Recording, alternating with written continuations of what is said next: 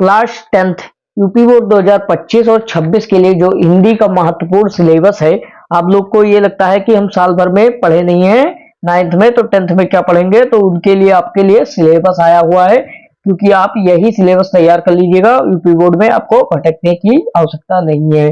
Class 10th के लिए हम संपूर्ण सिलेबस लेकर आए, हिंदी का, इंग्लिश का, मैथ का, साइंस का, एसएसटी का, सभी सब्जेक्ट का हमारा सिलेबस दिन के दिन मिलते रहेंगे। तो आइए देखते हैं हमारा क्लास 10th जो हिंदी का महत्वपूर्ण सिलेबस है वो किस प्रकार आधारित है और क्या क्या आने वाला है यहाँ पर। तो यहाँ पर हमारा पहला देख लेते हैं गद्यांश।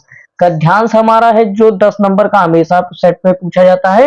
गद्यांश हमारा हो जाएगा, तो इसमें कौन सा चैप्टर है? पहला चैप्टर मित्रता। कौन सा चैप्टर है? मित्रता। मित्रता किसने लिखा? आचार्य रामचंद्र शुक्ल जी ने लिखा है। किसने लिखा है? आचार्य रामचंद्र शुक्ल जी ने लिखा है।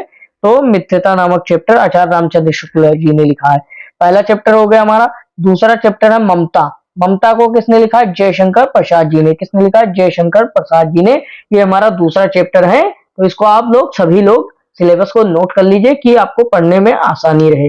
फिर हमारा तीसरा जो है, तीसरा है क्या लिखूं। तीसरा कि कौन सा है हमारा? क्या लिखूं। तीसरा हमारा क्या लिखूं, पुन्नालाल बख्शी, मतलब पुन्नालाल बख्शी जी इसके लेखक हैं क्या लिखूं के, तो ये भी आप नोट कर लीजिए। फिर हमारा चौथा जो है, चौथा है हमारा भारतीय संस्कृति। भारतीय संस्कृति किसने लिखा है? भारतीय संस्कृति जो लिखा है वो डॉक्टर राजेंद्र प्रसाद ने लिखा है। किसने लिखा है? डॉक्टर राजेंद्र प्रसाद जी ने भारतीय संस्कृति लिखा है। फिर हमारा जो चौथा है, ये हमारा मोस्ट इंपॉर्टेंट है, ईर्षा तू ना गई मेरे मन से। ईर्षा जो है तू ना गई मेरे मन से, ये किसका है? रामधारी सिंह दिनकर जी का है। किसका है? रामधारी सिंह दिनकर जी का है। तो ये हमारे गद्यांश में है, इनका गद्यांश आने वाला है हमारे यूपी बोर्ड में क्लास 10th में। तो हमारा ईर्षा तू ना गई मेरे मन से किसने लिखा है? रामधारी सिंह दिनकर। ये सभी चैप्टर को आपको तैयार करना है, इसलिए हमने सिलेबस पहले ही बता दे रहा हूं। फिर छठवां है हमारा अजंता। अजंता किसने लिखा है? भगवत सरल उपाध्याय जी ने। किसने लिखा है अजंता को? भगवत सरल उपाध्याय जी ने। किसने लिखा है? भगवत सरल उपाध्याय जी ने हमारा अजंता नामक चैप्टर को लिखा है। तो ये गद्यांश उनका इंपॉर्टेंट है। फिर अगला जो है हमारा 7 नंबर है, पानी में चंदा और चांद पर आदमी। मतलब पानी में चंदा और चांद पर आदमी किसने लिखा है? जयप्रकाश भारती जी ने लिखा है, जो हमारा गद्यांश का आखिरी चैप्टर था। 7 चैप्टर है इसमें। कितने चैप्टर है? 7 चैप्टर है। इसमें से आपको पढ़ना है 10 नंबर का होने वाला है, इसलिए 7 चैप्टर आपको इंपॉर्टेंट में पढ़ना है। पूरे साल आपको भटकने की आवश्यकता नहीं है, क्योंकि आपको यहीं से सब कुछ आपका सिलेबस और डे बाय डे आपका तैयारी होती रहेगी। फिर अगला है हमारा जो पद्यांश आ गया है। क्या अभी तक गद्यांश चल रहा था, अब पद्यांश आ गया।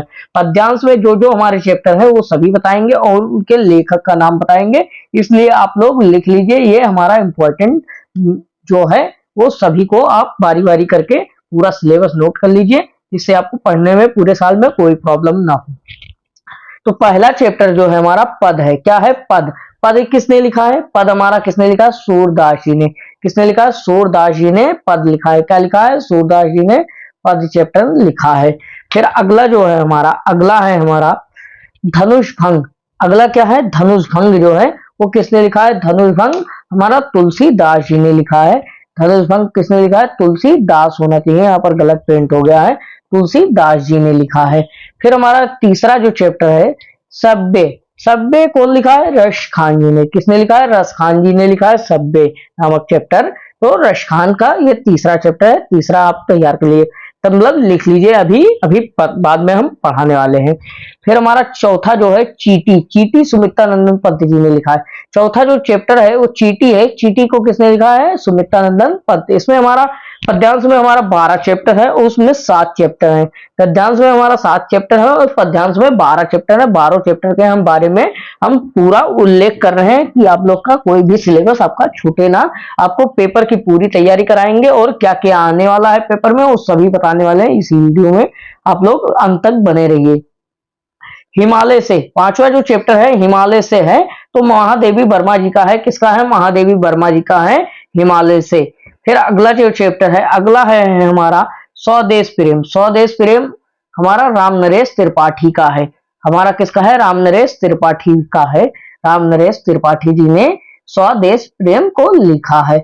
फिर अगला क्वेश्चन है, अगला चैप्टर है, अगला चैप्टर है हमारा 7 नंबर चैप्टर। 7 नंबर चैप्टर है पुष्प की अभिलाषा। पुष्प की अभिलाषा है हमारा, क्या है, पुष्प की अभिलाषा। तो किसने लिखा है, माखनलाल चतुर्वेदी ने लिखा है पुष्प की अभिलाषा। पुष्प की अभिलाषा किसने लिखा, माखनलाल चतुर्वेदी। यहाँ तक हमारा 7 चैप्टर हो गया और गद्यांश में हमारा 7 चैप्टर है। यहाँ इसमें हमारा 12 चैप्टर होने वाले हैं। फिर 8वां जो चैप्टर है हमारा झांसी की रानी समाधि पर। तो झांसी की रानी के समाधि पर है वो किसने लिखा है, सुभद्रा कुमारी चौहान जी ने। 8 नंबर चैप्टर हमारा इंपॉर्टेंट चैप्टर है, झांसी की रानी की समाधि पर सुभद्रा कुमारी चौहान।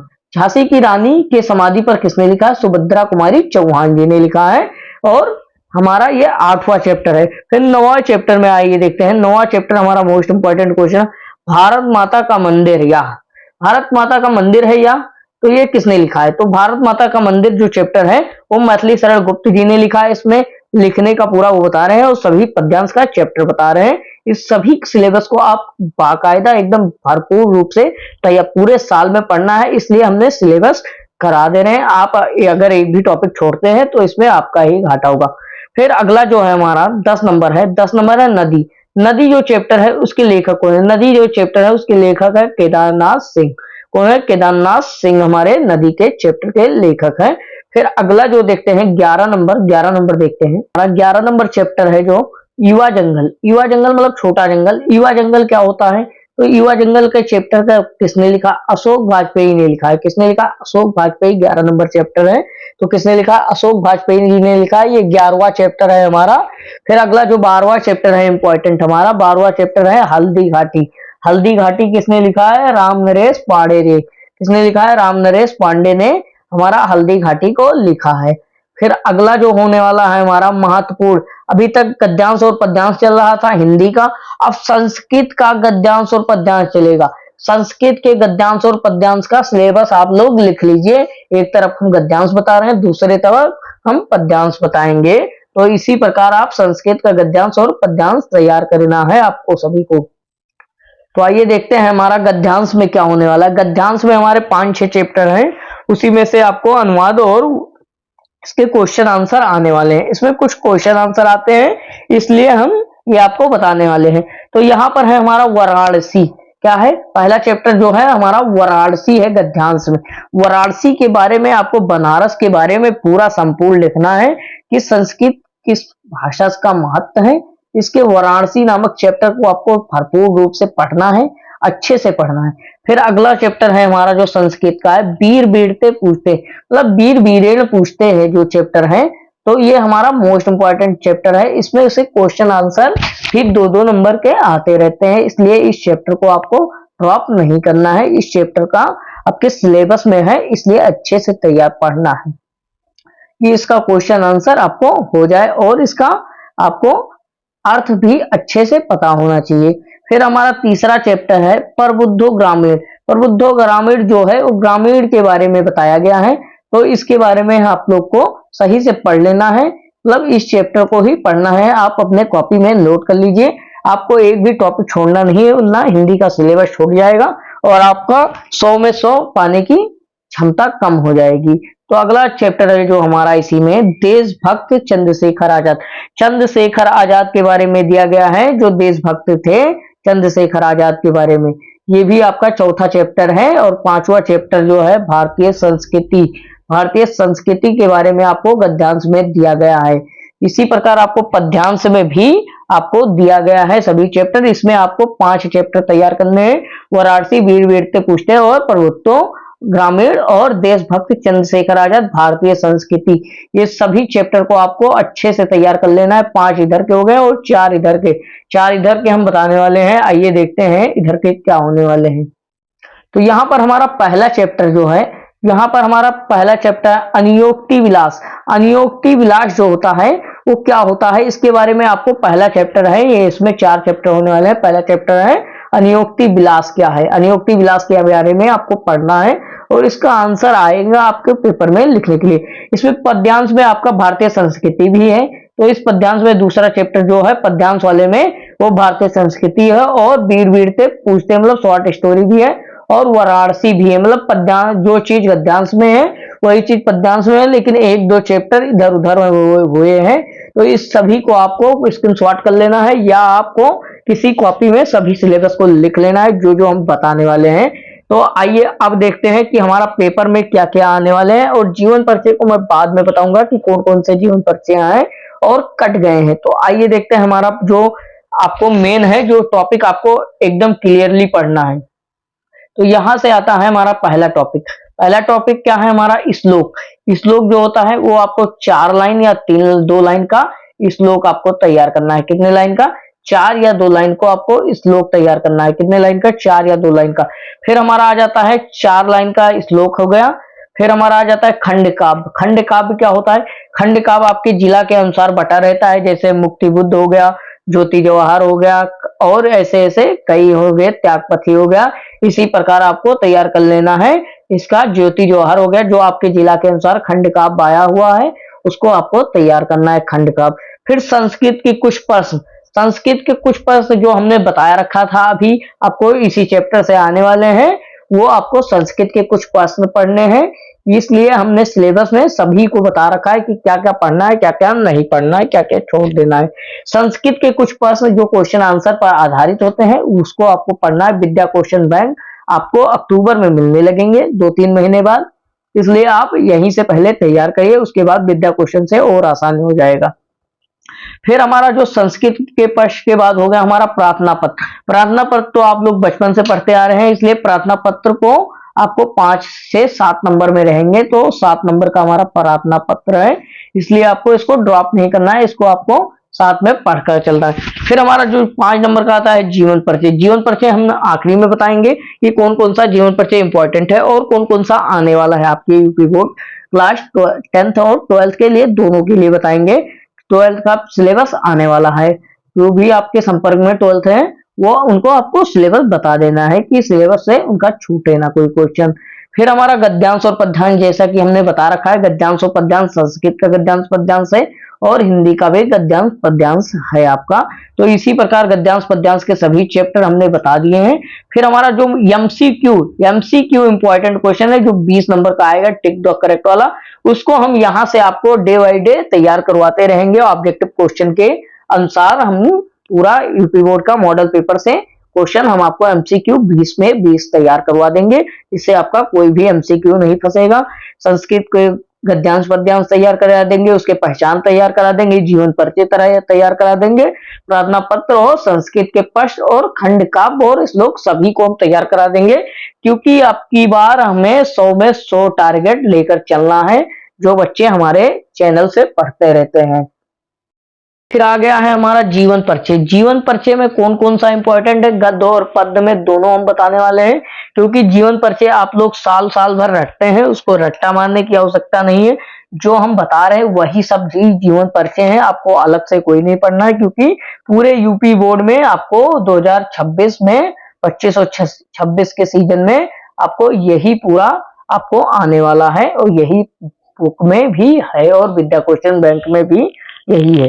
तो इसलिए हमारा गद्य का आइए देखते हैं। गद्य में हमारा पहला जो इंपॉर्टेंट है वो हमारा पहला चैप्टर का है आचार्य रामचंद्र शुक्ल का जीवन परिचय, जो 5 नंबर में आएगा। आचार्य रामचंद्र शुक्ल हो गए, और दूसरे हैं जयशंकर प्रसाद।